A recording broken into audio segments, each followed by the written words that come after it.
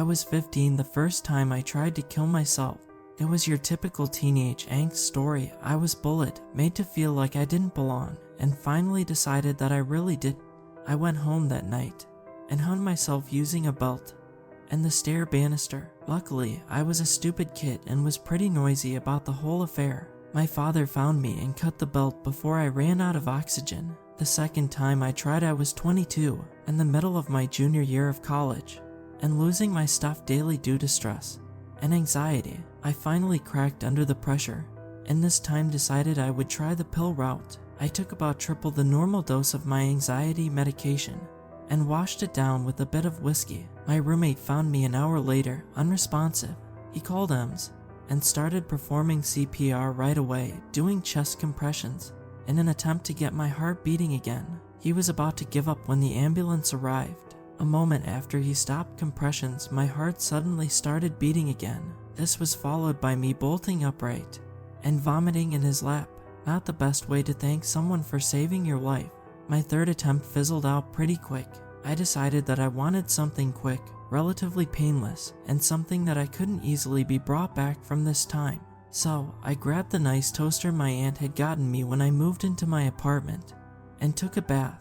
I was 25 and still not smart enough to research things or plan accordingly. I dropped the toaster in a full bathtub, and it immediately shorted the breaker, leaving me sitting in an almost overflowing bath with a ruined toaster and more feelings of failure. Ready for the irony, the first time I actually died wasn't by my hand. I was crossing the street downtown, trying to get back to my car after working a much longer shift than I should have, and got hit by a truck. This was 8 months ago, and I was legally dead for 4 minutes. Thing is, it felt like years. It wasn't how you hear it described in those inspirational stories, not any I had heard anyway. There was no tunnel, no light, no pearly gates. There was no indication of hell either, with fire and brimstone falling everywhere. No, the next thing I saw after getting hit by that truck was the crossroads I woke up at.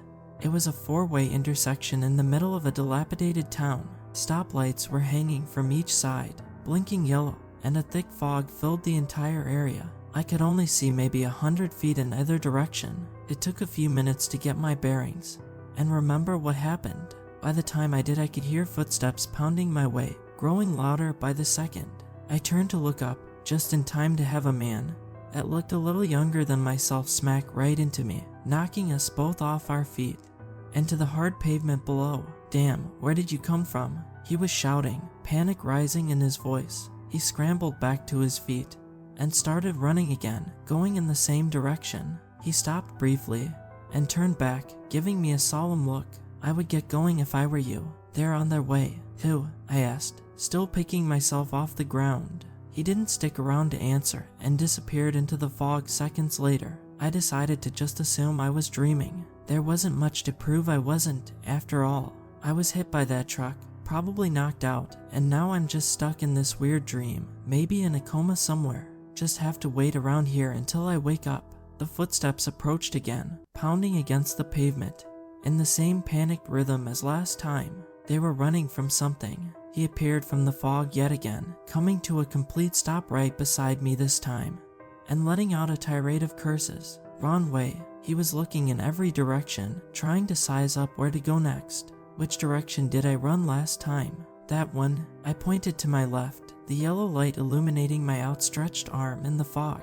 I noticed I was wearing the same jeans and hoodie that I had changed into before leaving work, except now there were tears in the fabric and dark smudges all over. My skin underneath the tears was scraped and burned, as if I had been dragged across asphalt.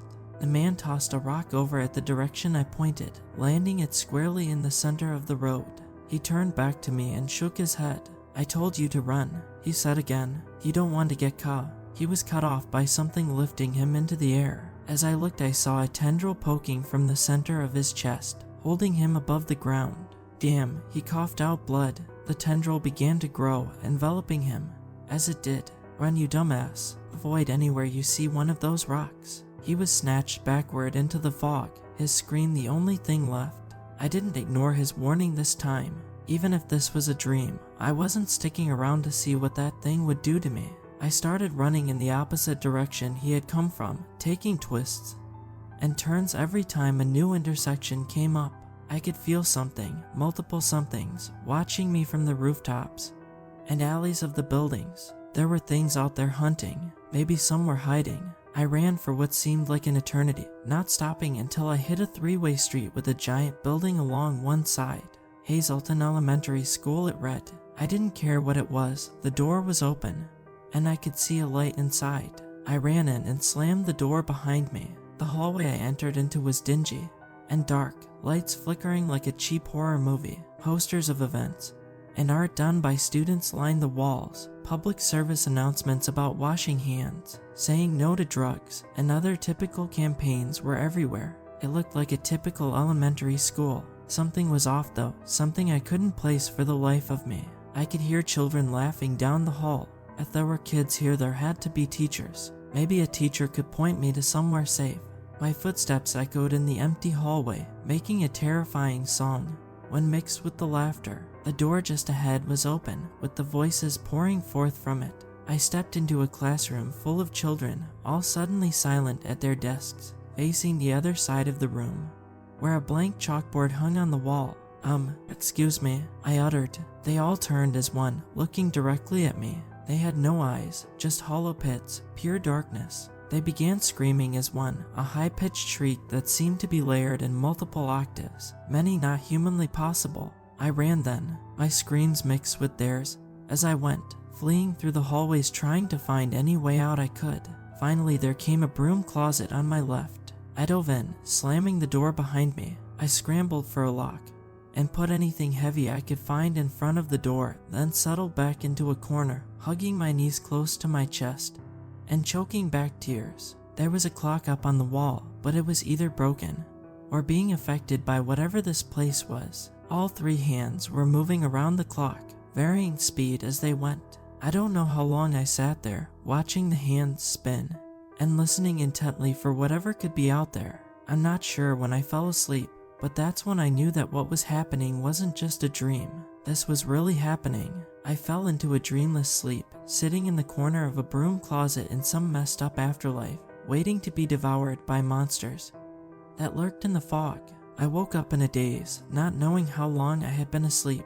I jumped to my feet in surprise, remembering the eyeless children and terrifying sounds from before, but hit my head on a shelf that I hadn't realized was above me. Damn, I shouted before I realized what I was doing. The door began to rattle immediately, something pounding against the other side. Whatever it was didn't sound friendly, as there was a high-pitched screeching coming from the hallway, just like the children had made.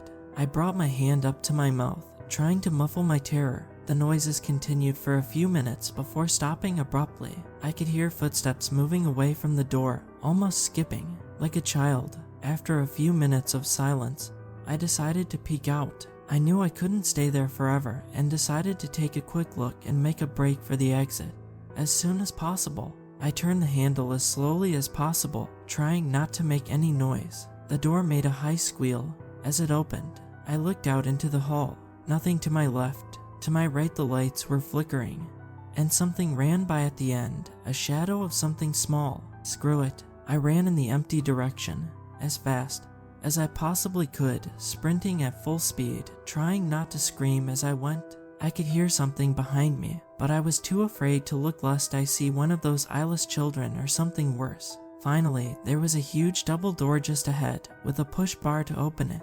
Not slowing down, I lowered my shoulder a bit and hit it head on, busting through and falling on my face to the concrete outside. Elbows were scraped, and I hit my nose, causing blood to pour forth, but I scrambled to my feet and kept going, turning down the nearest street toward another blinking stoplight. Screams followed me down the street, rising from nearby buildings and alleyways. They were signaling, telling whatever other monsters that were here that fresh meat was on the run. This was their dinner bell. That was the main course. A garage door rolled up a couple of feet on a building to my left. Slowing down slightly, I could see a face poking out from underneath, looking both ways down the street.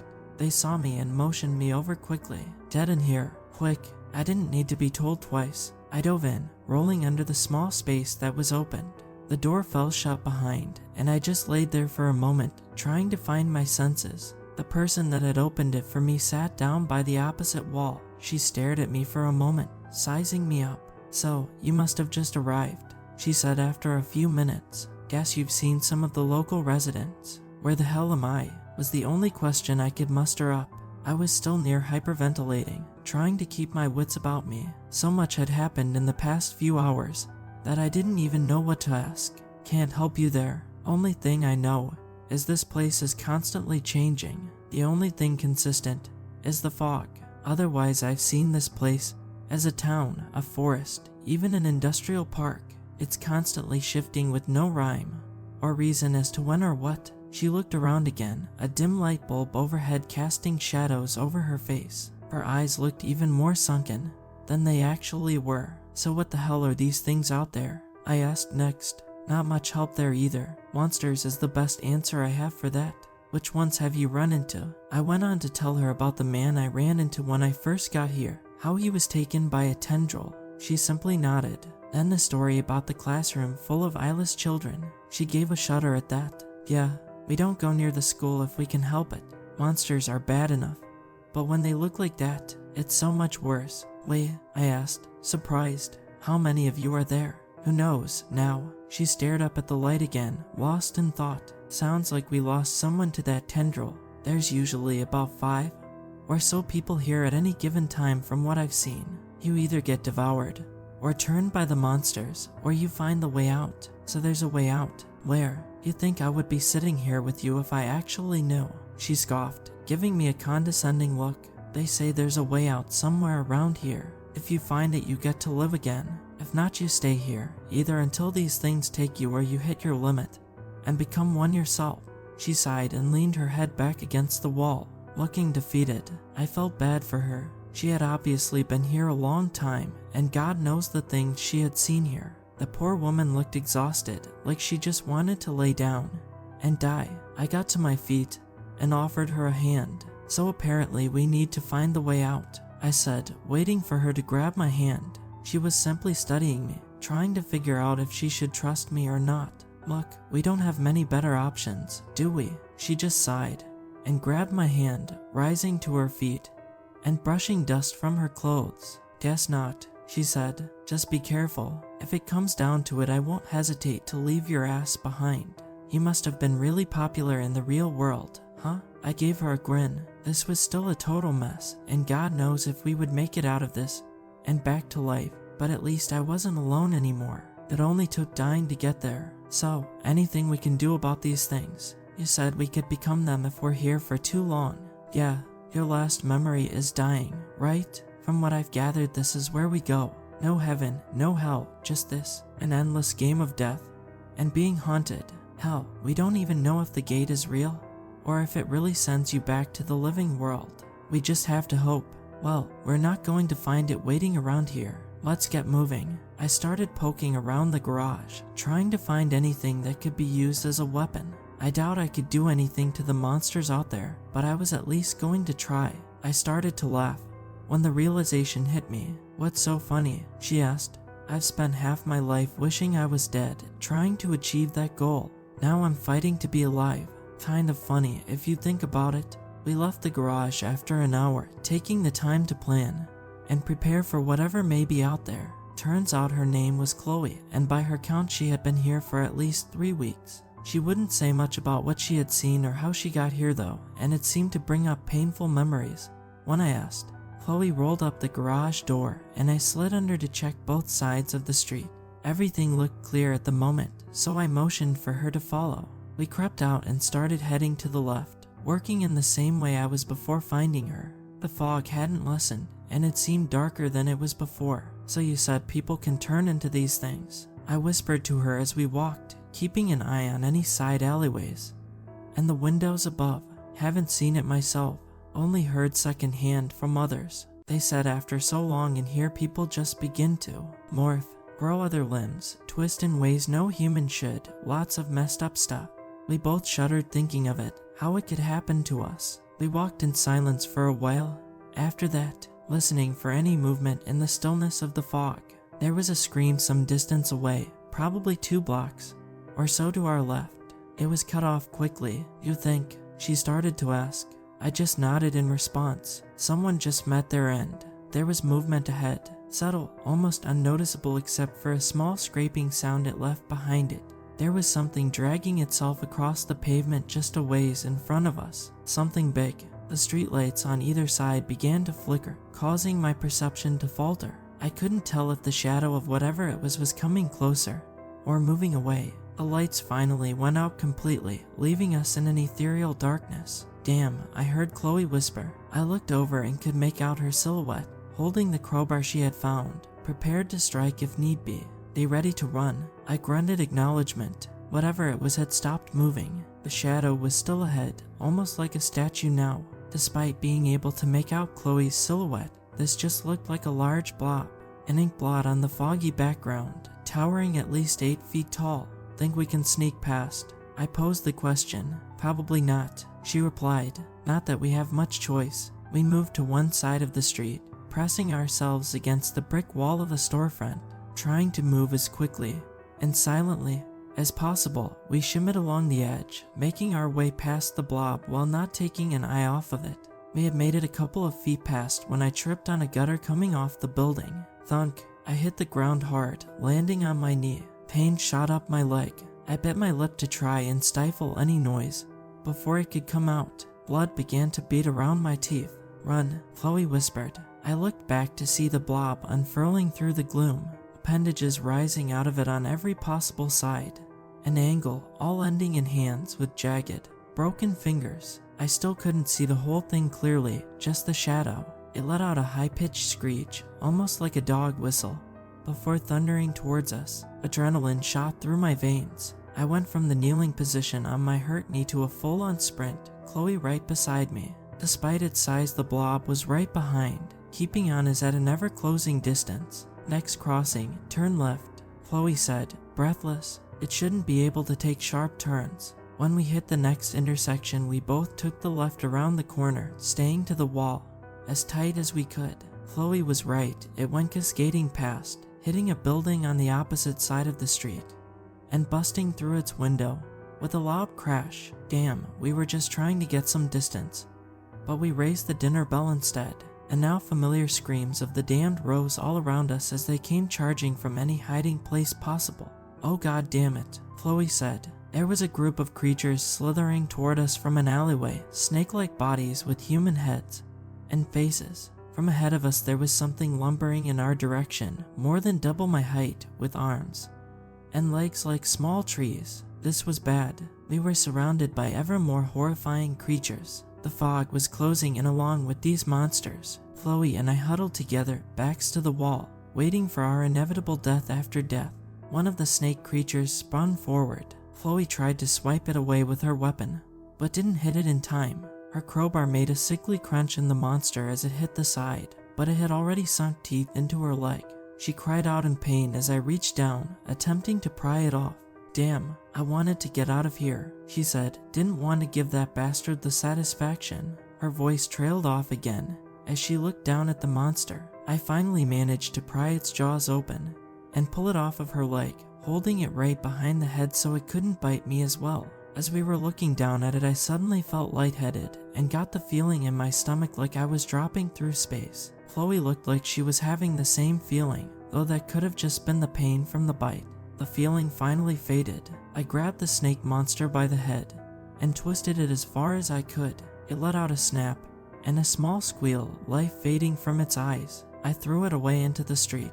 What the hell? I said, looking around me. The street and surrounding storefronts were gone. In their place were closely growing trees, almost cutting off the fog due to how thickly grouped they were. I've never had the change happen while I'm in the open, Chloe whispered through grit teeth.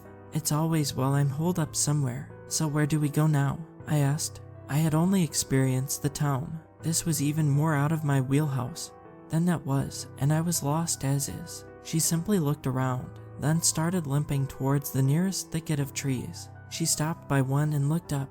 The trees grew tall, fog obscuring everything past the first layer of branches that started about 20 feet up.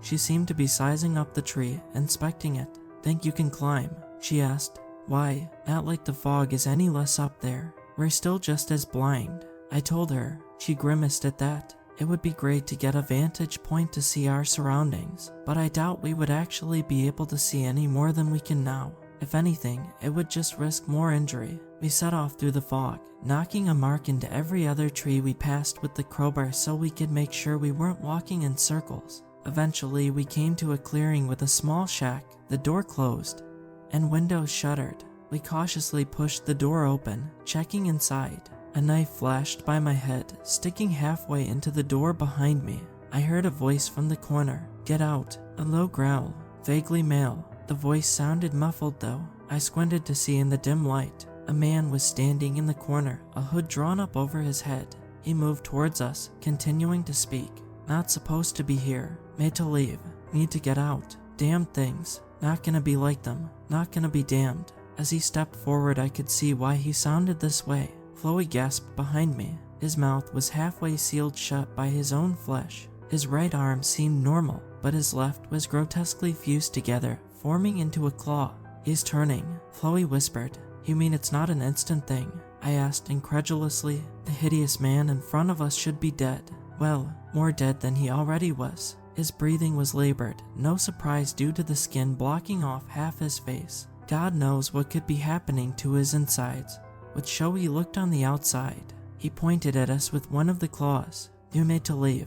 This is my shack. I'll die here. They won't take me." He was raving mad, words obscured. "Not going to take old Mickey. No, they won't. We're not like them. Please, just talk to us," Chloe said, moving toward him with her hands up in front of her. "Chloe, don't get too close," I shouted, trying to pull her away from the half-man, half-monster that she was moving toward. I didn't trust this guy, no matter if he was turned or not. He could attack any second. No, he could help us. I've never heard anything about someone turning and still keeping their sense of self.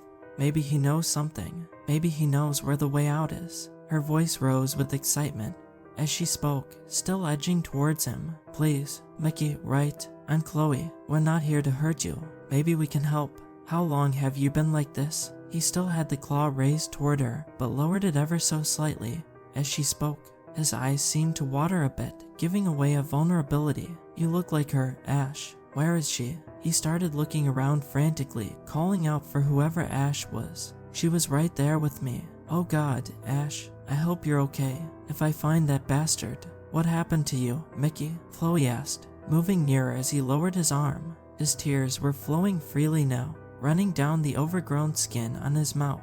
He let out a muffled sob.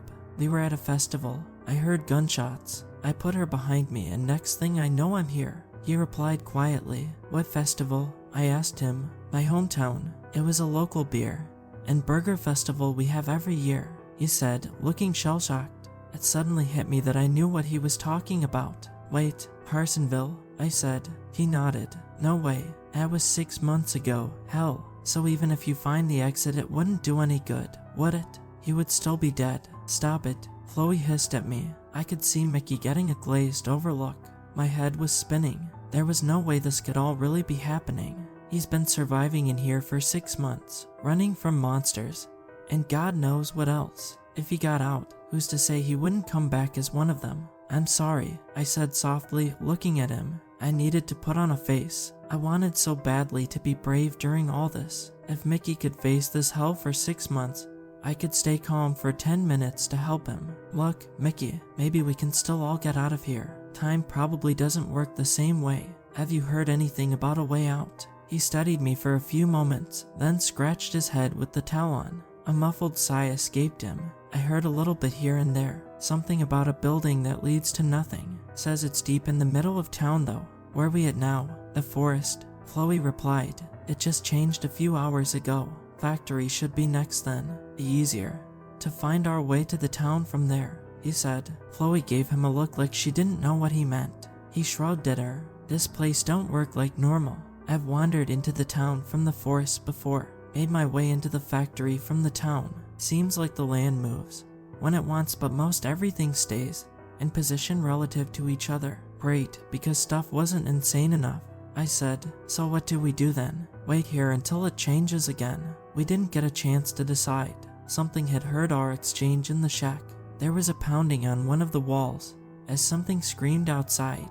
The frame shook and threatened to fall in. Something was on the roof now. Time to leave, Chloe said, hefting her pipe and inching toward the door. The room continued to rattle as something stomped around above us, trying to find a weak spot in the boards. Chloe signaled to us both as we followed her. She gave a countdown, threw open the door, and ran full sprint. We both followed. We had only made it a few feet, not even into the tree line, when something grabbed her. It was large, at least 15 feet tall. Sinew muscle ripples across the length of its body as leathery wings unfurled. It grabbed her with two powerful arms, then burst back into the air, leaving huge gashes in the earth.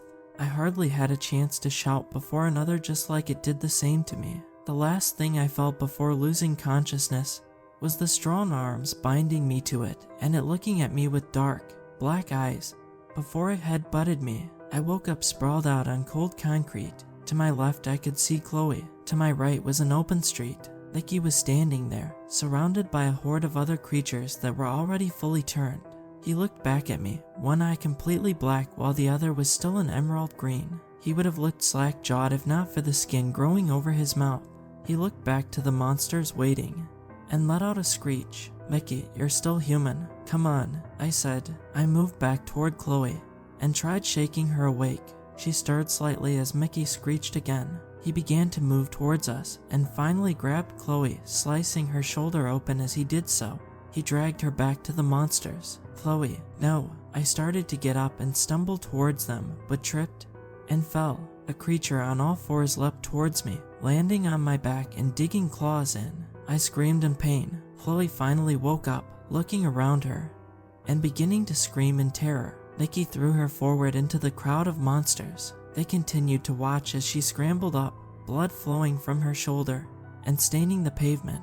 "Mickey, no. You've lasted so long. Please don't do this," Chloe begged him. He looked towards the other creatures, lifting his talon toward Chloe. This was it. This must be the final measure. The transformation would be complete once he killed. The monster would take over. "Mickey, think about Ash. She needs you," Chloe said to him. He sliced the claw forward, his inhuman screech turning to a scream as his own chest was ripped open. The monsters gathered around began to screech and writhe, becoming a wrathful mess. Mickey screamed and dug the claw in further. As he did, I noticed the area he was standing in grow dark. The air seemed to ripple and break, becoming a static mass. Chloe caught my eye and nodded to me. I flipped over quickly while the creature on my back was distracted.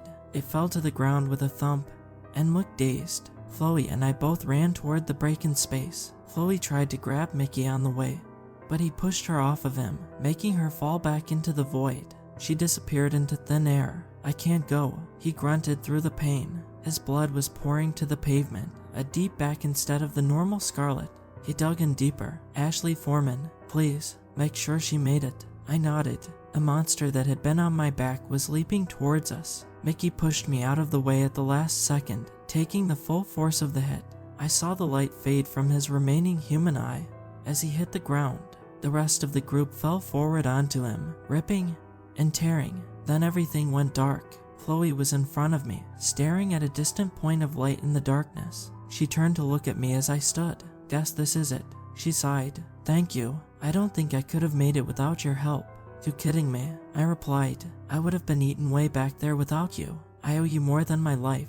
If you're ever in France, give me a shout." Chloe Goddard, "It'll be nice to get to know you out of here." "Deal," I said. She held her hand out. I took it and we walked forward, stepping into the distant light. "We have a pulse," was the first thing I heard after stepping through. I opened my eyes to see a paramedic standing over me. The next few days were a blur. From what I was told by the doctors, I was dead for 4 minutes. It felt like days to me. I ended up staying in the hospital for a few weeks while I recovered, but made it out with a broken leg, lacerated liver, and some cracked ribs. I looked up Ash when I got out. She was at the festival in Carsonville when a shooter started firing into the crowd. Her father, Mickey, jumped in front of her and took the bullet, saving her life.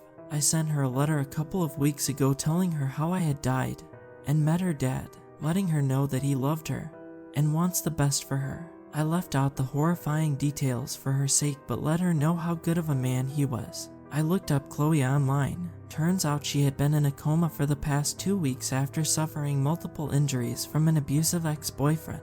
She had a brief flatline a couple of days, but came back from it. I was there visiting when she woke up. She gave me a smile, and we just sat there together for a while, feeling a nice calm after our shared ordeal. Communicating wasn't so easy. Turns out the whole time there she had been speaking French while I was speaking English. Just another weird bit to chalk up to the afterlife, I suppose. We started to converse slowly, teaching each other our respective languages. We get along even better here than we did there. I don't know what caused that door to open, whether it was Mickey's sacrifice or just right place, right time. Either way, I hope I'm wrong about that being the only afterlife.